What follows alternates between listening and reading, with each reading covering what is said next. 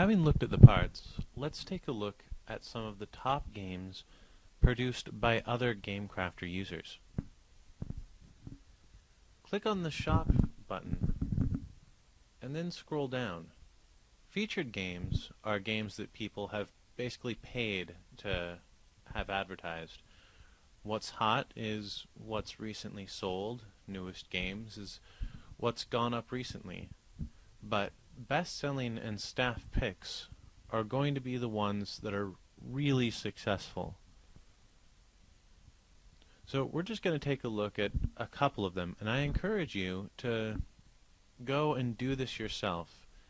Get a feel for what kind of information people put into their game shops, because the shop view is one of the major important pieces of what sells a game, and it's part of your assignment.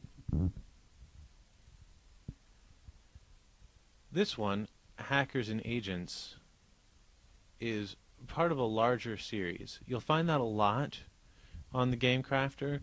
People tend to build one game, and then if it's successful, they'll build other games on top of it, expansions or sequels.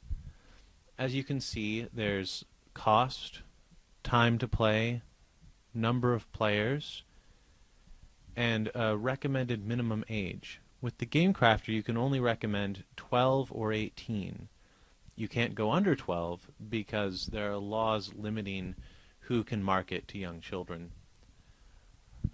You can see here what we call game taxonomy information, which is the type of game, the genre, the theme.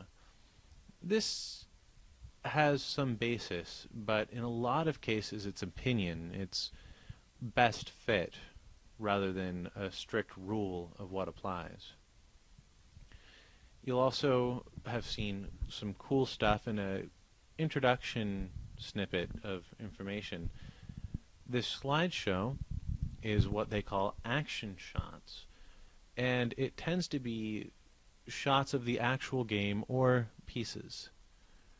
The blue bar, free downloads, tends to be game rules or other documents related to the game. And then, of course, there's reviews and related games, but that won't really come into play until your game has been up for a bit. When we open up this next game, take a look at the description, the cool factors. You'll notice that this game is somewhat similar to the last one in that it also has expansions, but it's more of a fantasy feel, has higher cost. The higher cost can be problematic for a game starting out, but it can be justified if you have some really nice art or some great rules or a lot of pieces.